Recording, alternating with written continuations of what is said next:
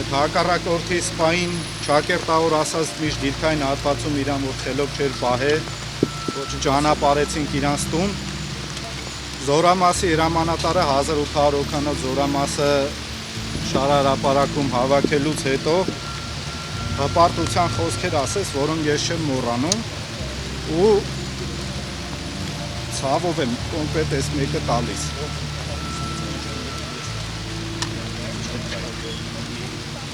Մարդ մոտենում է։ Սա չի կարա արժեք ունենա այն պարագայում, երբ որ Արցախի հանձնման օրը սեպտեմբերի 19-ին ինչ էին դրան այդ լաբուկում, այդ Վահան Կոստանյանը ստանում է հայրենիքին մատուցած ծառայությունների համար առաջին աշճանի շքանշան։